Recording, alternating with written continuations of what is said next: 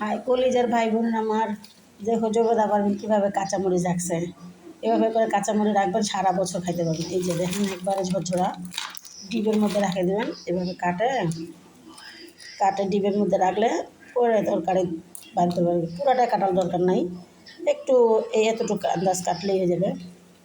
কারণটা কি, এইভাবে রাখলে সারা বছর খাইতে পারবেন আপনি। আর কাঁচামরিচ তো অনেক সময় অনেক দাম হয়, আবার রমজান মাসে দাম হয়। যদি আপনি ডিম ভাজেন এরকম পিস ছোটো ছোটো পিস পিস পিস করে কাটেও দিতে পারবেন। আবার মনে করেন এভাবে যদি গোটা দিতে চান গোটা দিতে পারবেন। আবার এটা মাঝখানে চিড়ে দিয়ে আবার তরকারি দিতে পারবেন, ঝাল খাওয়ার জন্য, ঝাল বেরোর জন্য। আবার গোটাও দিতে পারবেন। দেখছেন কোনো লাগে আছে? কোনো কিছু নেই, একবারে পরিষ্কার। ওই মাথাটা ছুটাই এভাবে রাখবেন, সারা বছর খাইতে পারবেন।